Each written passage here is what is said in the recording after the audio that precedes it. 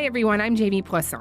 Last week, I had the opportunity to interview Nobel Prize-winning economist and former staffer and advisor to Presidents Bill Clinton and Barack Obama, Joseph Stiglitz. Stiglitz also worked as the chief economist at the World Bank, is a best-selling author many times over, and remains one of the towering economic thinkers of our time. He has long been a sharp critic of neoliberalism and trade policies like NAFTA that he believes privilege the rich and corporations but disenfranchised workers, and in many ways helped to create the conditions for our current Trump moment.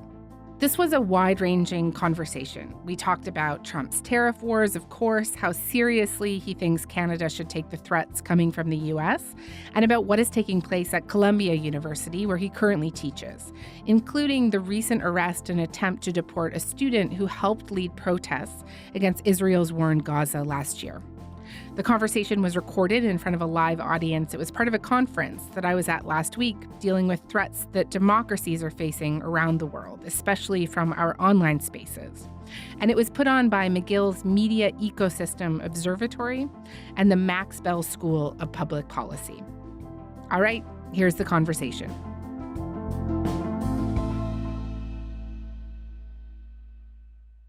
Professor Stiglitz, it is such a pleasure to speak with you today. Nice to be here. I wonder if we could begin with the moment that we find ourselves in today, especially here in this country. Canada has spent the last 2 months or so in varying levels of panic over a trade war with our closest ally. And what is your reaction to Trump's economic and trade policy regarding Canada? Is it something that you had ever conceived of an American president doing? I couldn't conceive of a normal American president doing, but Trump is not normal. And I think one of the things we all said during his first administration is we can't normalize his kind of behavior. But in the second administration, he's gone way over the top. So take the issue of tariffs alone. Most economists would say he totally misunderstands the role of trade policy. In particular, one of his motivations is a concern about trade deficits. He thinks that trade deficits are a reflection of other countries taking advantage of the United States. Anybody that takes an elementary macroeconomic course knows that the multilateral trade deficit, the difference between our exports and imports, is related to the disparity between aggregate domestic savings and aggregate domestic investment. And if you don't change those numbers, you don't change the multilateral trade deficit. So all the tariffs may change who we buy what from, and where we sell what, but it doesn't change the multilateral trade deficits. The irony is that his own policies with respect to, for instance, increasing the deficit so he can give a tax cut for the billionaires and for the corporations almost surely will increase the multilateral trade deficit. So from a pure economic point of view, it's nonsense. And then he has this further idea, which causes some amusement, that we ought to have the Department of External Revenue rather than the Department of Internal Revenue, having foreigners pay our taxes rather than Americans paying. Well, I think it's a great idea if you could get foreigners to contribute, if you want to send a check in to the U.S. government. I mean, obviously, all Americans would welcome that. But the fact is that for the most part, tariffs are paid by American citizens. They increase the price, they increase inflation, and the timing couldn't be worse because we're just getting over an inflationary episode. And to put this inflationary pressure back on is really crazy. Commerce Secretary Howard Lutnick recently told CBS that aggressive tariffs would be worth it. These policies are the most important thing America has ever had. So it is worth it. It is worth it. I think he means because they would shore up jobs, like back to the U.S. even in the event that they lead to a recession. And how would you respond to Mr. Lutnick? I wish he had taken my economics course. That's I would begin there. Maybe if he wants, I'll give him a tutorial. But he forgets about the possibility that there will be retaliation. And there will be retaliation. Countries around the world have to, even if they didn't want to, their citizens are demanding that these countries stand up. And we know where these kinds of trade wars lead, lowering standards of living. And, it was an important contributor to the Great Depression. That wasn't a job creation program. It was a job destruction program. So I think it's going to have the same impact. It's going to lower standards of living in the United States, not in the end going to create jobs. One more element. The Federal Reserve responds to increases in inflation by raising interest rates. Raising interest rates dampens the economy. There is no evidence that they would respond to this any differently than they have in the past. So that will be another dampening on the economy. And again, the timing for another reason couldn't be worse, because at the same time he's doing all of these things that are weakening the economy, he's also having this campaign against immigrants, and we depend very heavily on our immigrants in sector after sector of our economy. So that's going to be inflationary and depress our economy. And then there are the massive government layoffs that are AAA. The effects are going throughout the economy. The uncertainty that he's created, tariffs on, tariffs off, tariffs on, tariffs off. Businesses can't do investment in this chaotic world that he's created. So if you take in context all the things he's done, I think the prospects for the American economy are not very good.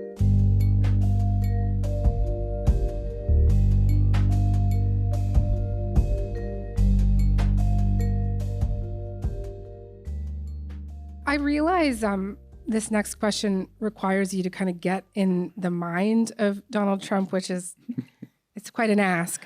But do you think that this administration that he's in is willing to tolerate the kind of pain that you are describing that could be coming, right? Do you think they have that pain threshold? Or yes, and there, a normal, even Republican administration would be very sensitive to the reactions of their electorate. Those reactions have not been very positive. And so what was the response of the Republican throughout the country? Stop town halls, so you don't hear the reaction. There's been a lot of discussion going on about how he has seized control of the Republican Party with almost no dissent. There are lots of rumors about how he's done it.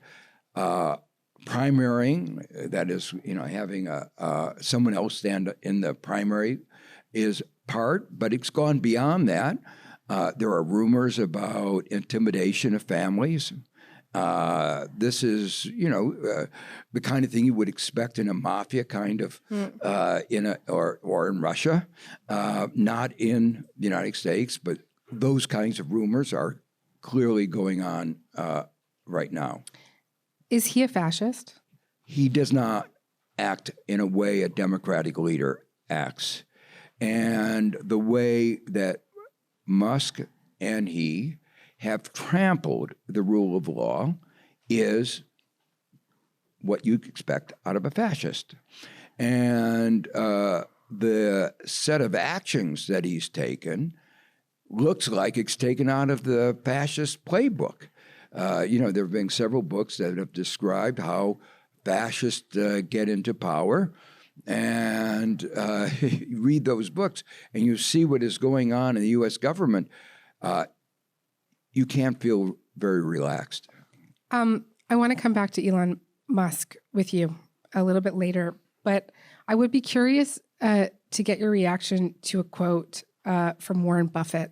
Mr. Buffett was talking about the tariffs, and he said, quote, tariffs are actually, we've had a lot of experience with them. They're an act of war to some degree. Do you see these aggressive tariffs as tantamount to an act of war?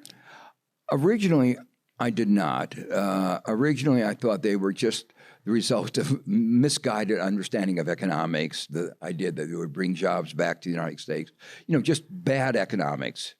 But over the last couple of months, where he has explicitly said Canada ought to be the 51st state, where he is explicitly, he signed the free trade agreement with Canada and Mexico not that long ago. Yes. And that was his signature. I mean, his agreement. And he demanded certain changes in the previous agreement, NAFTA. And so what he has shown is, a willingness to violate international rule of law, just like he's trampled on domestic rule of law, a whole set of provisions about safeguards and provisions of what the executive branch can do. And he's done that now internationally. But it's easy to see this as part of a strategy of making Canada knuckle under to become the 51st state. If you didn't hear him say it, it would be hard to believe. You are a person who has been around the Oval Office a few times. You have worked in government. You've been in the room where decisions are made and power is brokered. How do you think the Canadian government should be responding right now? And particularly when it comes to the 51st state rhetoric, how seriously do you think officials here should take that? What actually started as something that sounded like a joke to a lot of people just a few months ago. Yeah, I think they need to take it very seriously. This is just my own, nobody knows how to get inside his mind, and he goes from one position to another.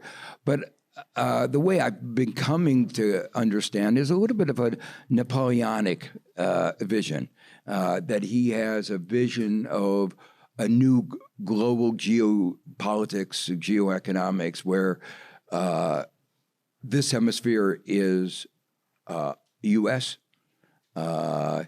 there's China's domain, and you sort of divide the world up. It's sort of a 19th century view that we thought we had moved beyond, but I think he wants to see himself as a great president. And when he says, make America great again, there was that, when we were in school, we learned about America's manifest destiny. It involved genocide of the Native Americans, but there it was. We attacked Mexico. We annexed Mexico's territory. And so this is another step in that kind of manifest destiny. None of us could believe that we would be seeing this in the 21st century, but there we have it. So I think one should take it seriously, and probably while one should think about what kind of deals you can make as part of part of the strategy, part of the tactics. The other thing you have to think about is how do you respond smartly to the tariffs? And there are several elements in responding intelligently to tariffs. First is, I said before, tariffs hurt the country. So for you to impose tariffs, one has to be very selective because there is the risk that they will harm you. Right. So one of the things, it was very clear that he Trump understood that tariffs on the importation of natural resources from Canada would hurt. So he's exempted them. Well, the response for Canada is to impose export levies on the export of these natural resources. That will hurt the United States. Right. I don't want the United States to be hurt, but in the global scheme of things, one has to restore a global balance and a respect for international rule of law. I think the kinds of things that Canadian citizens are doing of boycotting American products, sending a strong signal that we don't like this.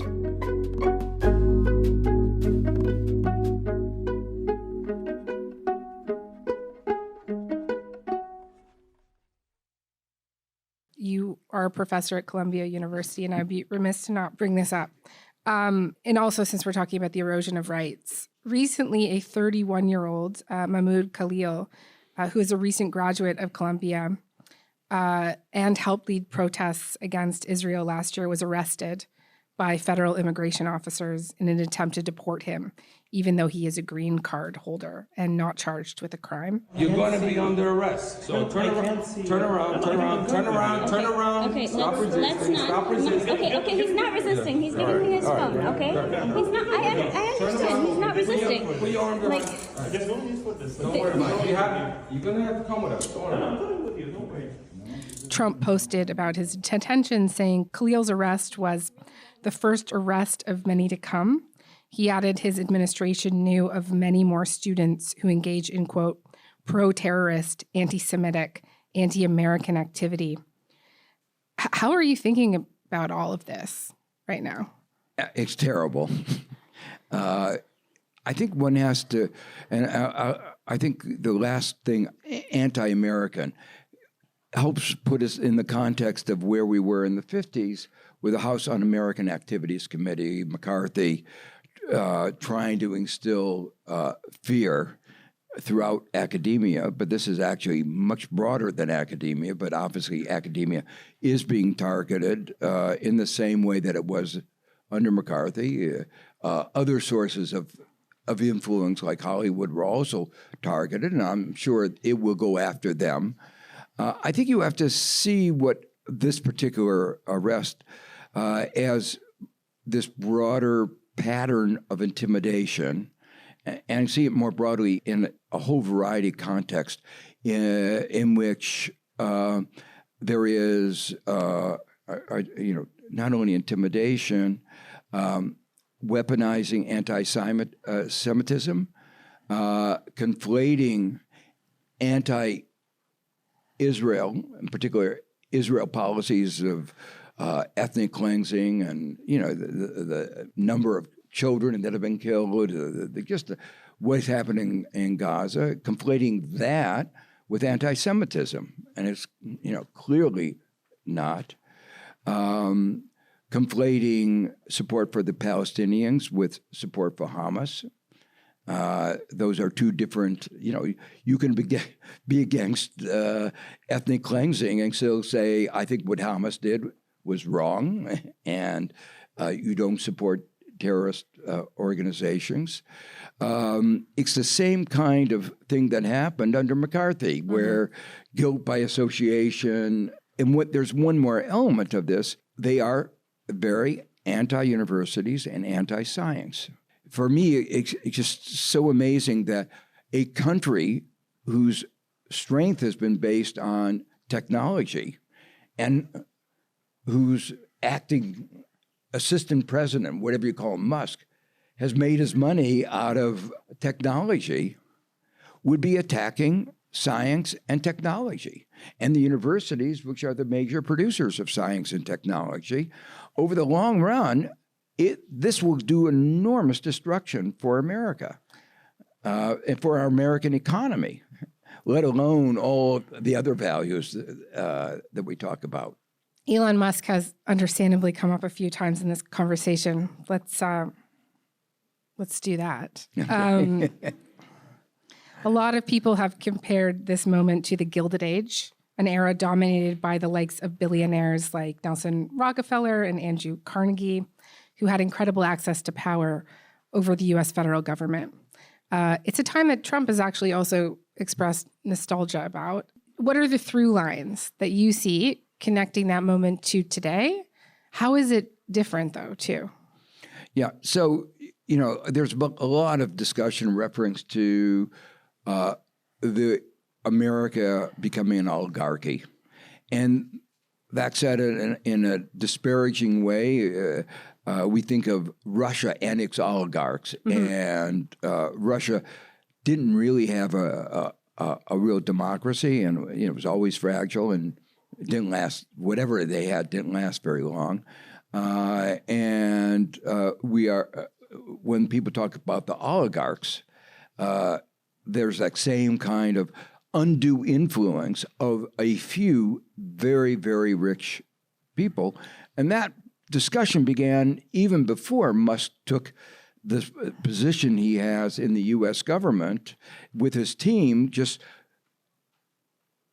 stripping away the U.S. government, firing people at will, violating law after law. We have Supreme Court decisions that say that the executive branch cannot impound funds that have been allocated by Congress. Congress controls the purse strings. You can't spend money when they don't appropriate it, but when they appropriate it, your job as the executive branch is to spend it. And if you don't like that, go to Congress and change the law. And so the Supreme Court has come out on that, and he says, I'm not going to obey the law of the land. We have conflict of interest laws to protect Americans against influence of corporate power. He's ripped those aside. So in my mind, it's much worse than it was in the Gilded Age. These individuals never were running government in the way that Musk is running government. And there's one more difference. In the end, people like Rockefeller and Carnegie had a public interest side to them. They may have been ruthless monopolists, but they also had a side in them that was really interested in public interest. You had the Carnegie Foundation, the Rockefeller Foundation, the gifts that Rockefeller gave to universities. These were legion and actually played a very important role in our country. If we're thinking about the similarities and the differences with the Gilded Age, it strikes me that one difference is that a lot of these billionaires right now, they don't just own industry, but they own our dominant modes of discourse and public information. X, Meta, even Bezos and the Washington Post. I think the latest is that he has instructed his opinions section at the Washington Post to write only about free markets and personal liberties. And so is this sustainable? Well, I think the point that you raise is that is a fundamental difference between Rockefeller, Carnegie. They didn't own you might say, the town halls of the time. There was concentration of media power, the Hearst, and that had consequences. There's a widespread view that it was because of them that we went to war in 1898 and acquired our colonies, Philippines and Puerto Rico. So it had consequences, immediate concentration there. But it wasn't the joining together of these oligarchs, monopolists of the 19th century and the control of the media. And that's what's particularly dangerous today. And combined with the fact that they bought into a libertarian ideology, that they are so selfish, and they have an amazing cognitive dissonance. Musk can claim to be a libertarian, but accept billions and billions of dollars from the U.S. government, and have one of his companies basically to be dependent on the U.S. government. Now, how you hold those ideas of a libertarian and being dependent on government money, I don't know.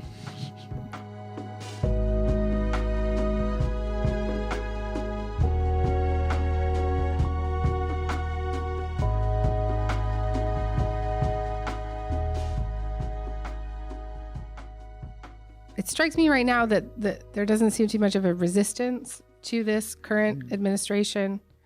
I'm just curious, like, what you think they should be doing, and maybe specifically, not necessarily people that they should be putting forward, but policies that they should be touting right now to try and punch back against this, to try and get some sort of traction.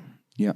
Well, I mean, first, this is not a debate about fine-tuning policies right now. Right. This is a war to try to preserve our democracy, and to me, if it were just about policy, that would be one thing. Elections, as they say, matter, and when another side wins, you expect a change in policy. But what disturbs me so much is the destruction of our democracy. That's not a question of policy. Do you violate international treaties, agreements? That's not a policy. I mean, it shouldn't be a question that we should be debating. We should all believe that there's a law, an international law, and you need to obey it. We have laws about conflicts of interest, safeguards about inspector generals that can't be fired. I mentioned before impoundment. All these things that have created over 250 years to make our democracy work, and they're trampling all of them. That's what concerns me, and that should be the message, I think, hopefully, that the Democratic Party can say that, we can all disagree about details of policies or even policy frameworks, but this is really, really dangerous for our democracy. I'm just curious. I don't know if you would even agree with this, but for me, it seems to me like what's happening right now is just like the culmination of so much of your life's work kind of coming home to roost. Do you feel that way? Yes. I mean, roost in the wrong way. Yeah. Sorry, I feel like this is probably not the right way to say it. But I know what you're getting at. What I'm trying to say here? Like, I'll give you two examples of maybe you could help me out with this. Okay. I entered. I had been a physics major at Amherst College, and in my junior year, I said, the social inequities in our society, racial segregation, income inequality just kept bugging me. And I said, really what I want to do is not physics, but economics, and to do something about it. And so, just reflection of that, I went down at march with Martin Luther King in August of 1963, went down in 62 down to Georgia to help integrate, so there was that civil rights and activists. I went into economics maybe a little bit as an activist, and my thesis was about inequality in a period in which nobody was writing about inequality. Yeah, wasn't cool then. It wasn't cool then. Yeah.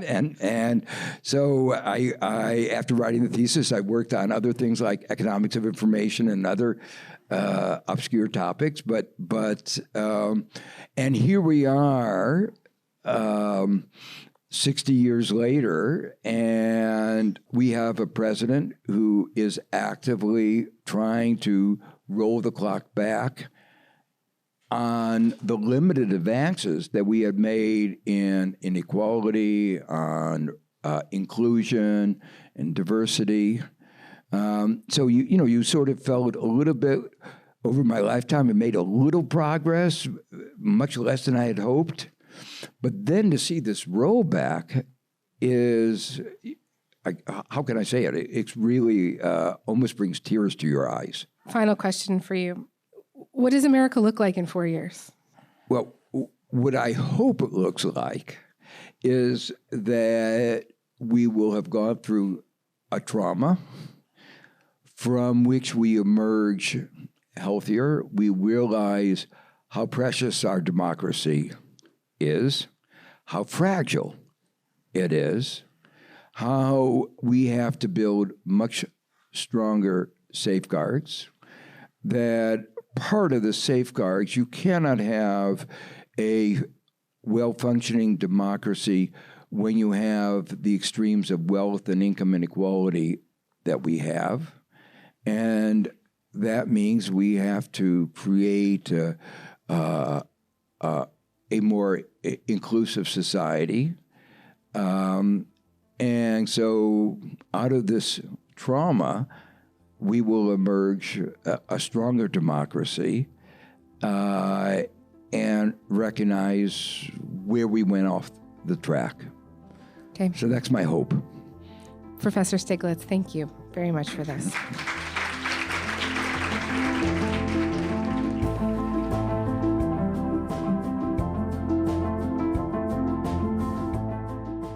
All right, that is all for today. I'm Jamie Poisson. Thanks so much for listening. Talk to you tomorrow.